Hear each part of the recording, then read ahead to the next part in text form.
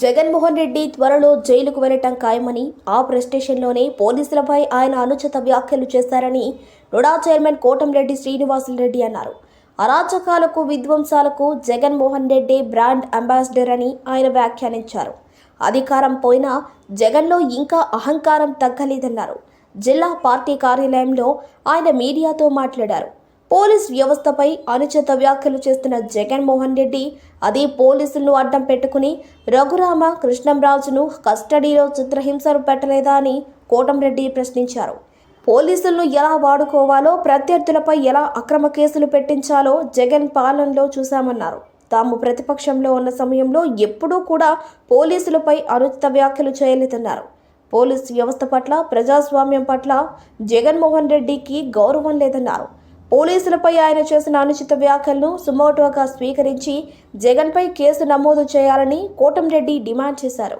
దళిత యువకుడు సత్యవర్ధన్ను కులం పేరుతో దూషించి కిడ్నాప్ చేస్తే ఆ కేసులో కూడా అరెస్టు చేయకూడదా అంటూ ప్రశ్నించారు. జైలు పక్షులిద్దరూ ఒకే గూటికి చేరినట్లు వంశీని జగన్ పరామర్శించడం హాస్యాస్పదంగా ఉందన్నారు. అధికారంలోకి వస్తానని జగన్ పకటి కలలు కంటున్నాడని, అధికారంలోకి కాదు జైలుకు వెళ్లటం ఖాయమని ఆయన అన్నారు. తల్లిని, చెల్లిని ఇంటి నుంచి గెంటేసిన జగన్మోహన్ రెడ్డికి రాష్ట్ర ప్రజలు తగిన బుద్ధి చెప్పారన్నారు. ఆయన బట్టలను ప్రజలు ఎప్పుడో విప్పేశారని, ఆయన పోలీసుల బట్టలు విప్పుతారని వ్యాఖ్యానించడం ఆయన రౌడీయిజానికి నిదర్శనమన్నారు. దేవాలయం లాంటి అసెంబ్లీలో జిప్పు విప్పటం, మహిళలను కించపరచడం చేసిన వారికే జైలు గతి అని కోటంరెడ్డి వ్యాఖ్యానించారు. రాజకీయ జీవితాన్ని ప్రసాదించిన చంద్రబాబుపై, ఆయన సతీమణిపై వంశీ చేసిన వ్యాఖ్యలను ఇంకా రాష్ట్ర ప్రజలు మర్చిపోలేదన్నారు. కొడాలి నానికి కూడా చెప్పకూడదు తప్పదన్నారు. ప్రజాస్వామ్యం గురించి మాట్లాడే హక్కు జగన్మోహన్ రెడ్డికి లేదని మండిపడ్డారు. ఎక్కడున్నా లాక్కొనొస్తాం, ఎక్కడికి లాక్కొనొస్తావు, నీకేం సంబంధం అని అడుగుతున్నా. లెవన్ రెడ్డి, నువ్వు అధికారంలో ఉన్నప్పుడు పోలీసుని నీ గొప్పిట్లో పెట్టుకొని నువ్వు ఆడిందే ఆటగా ఆడించి వాళ్ళ అంతరాత్మలను కూడా ఇబ్బంది పెట్టి నువ్వు తెలుగుదేశం పార్టీ కార్యకర్తలను రాష్ట్ర వ్యాప్తంగా నువ్వు హింసించింది వాస్తవం కాదా అని అడుగుతున్నా లెవన్ రెడ్డి గారు. అదే రకంగా రఘురామరాజు గారిని ఆ రోజు ఈ పార్టీ ఎంపీని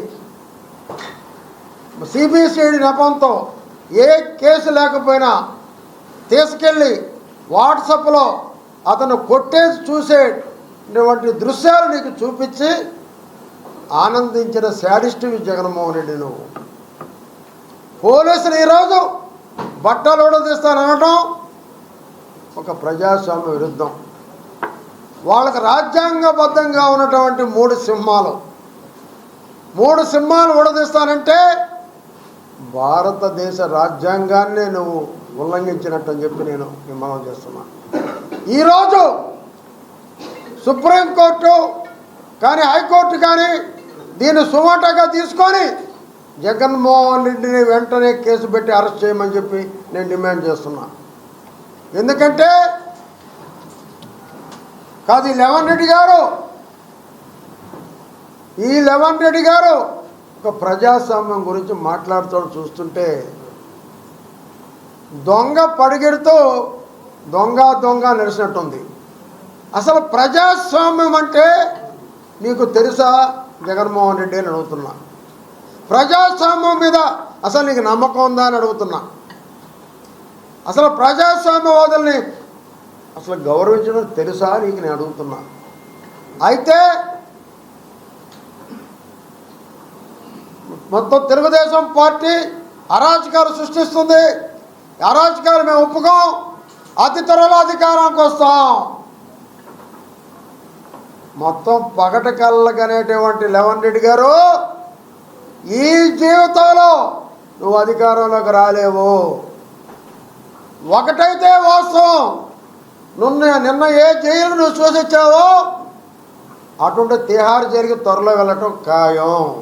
అది మాత్రం ఖాయం. కానీ ఈ జన్మకి నువ్వు పగట కళ్ళ కానాల్సిందే ముఖ్యమంత్రి అని నువ్వు నీ పార్టీ వాళ్ళు. అయితే గన్నవరం ఆఫీసుని నువ్వు పగలగొట్టి ఆ కేసులో ముద్దాయి ఒక హరిజన అక్కడ ఉన్నటువంటి ఎంప్లాయీ జయవర్ధన్ని సత్యవర్ధన్ని నువ్వు కిడ్నాప్ చేసిన వ్యవహారం అందరికీ తెలిసింది. నీ జీవితంలో 2 సార్లు 3 సార్లు శాసనసభ్యుడు అయితే అదే ఆఫీసును వాడుకొని నీకు రాజకీయ భిక్ష పెట్టి రాజకీయంగా పైకి తెచ్చింది తెలుగుదేశం పార్టీ చంద్రబాబు నాయుడు గారు. మరి ఆ ఆఫీసును పగలగొట్టి మరి సత్యవర్ధన్ కిడ్నాప్ చేసి ఈ కేసు పెట్టరా, అరెస్ట్ చేయరా అని జగన్మోహన్ అడుగుతున్నా. మరి ఈరోజు మాట్లాడుతున్నావు విచిత్రమైన మాట. వల్లభనేని వంశీ, కొడాలి నాని వీళ్ళిద్దరు అందగాళ్ళు. వాళ్ళు చంద్రబాబు సామాజిక వర్గానికి చెందిన వాళ్ళు. వీళ్ళ అందాన్ని చూసి ఆయన భరించలేక వాళ్ళ మీద కేసులు పెడుతున్నారు. నాకు ఒకటే, ప్రజలకు ఒక అనుమానం వస్తుంది జగన్మోహన్ రెడ్డిని చూస్తే. నీ నడక, నీ వాలకం చూసి అందాల గురించి మాట్లాడుతున్నావు అంటే ప్రజలకు ఎందుకో అనుమానం వస్తుంది నీ మీద. ఎందుకు అందాల గురించి మాట్లాడుతున్నావు నేను చూడలే.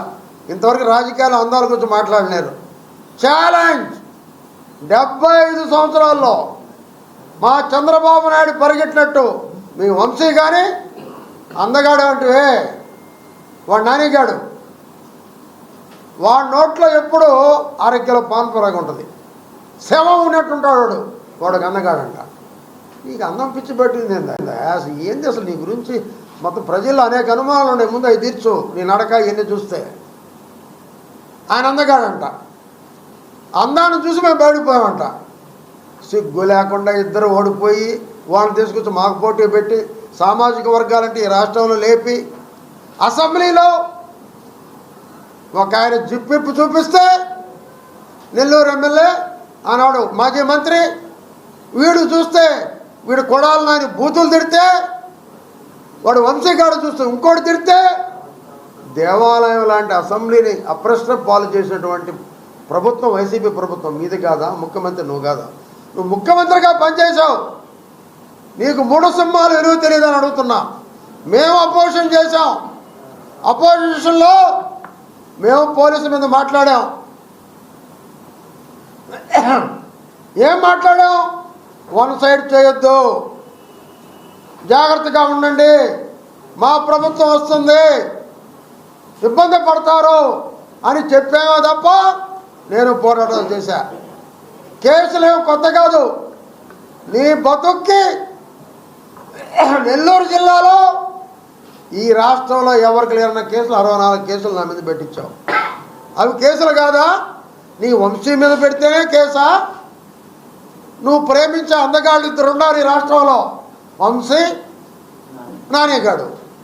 వీళ్ళిద్దరేనా మొత్తం మనుషులు? అర్రే శవాన్ని చూసి అందగాడంటావు, ఒక దొంగను చూసి అందగాడంటావు. నువ్వేం మనిషివా జగనం?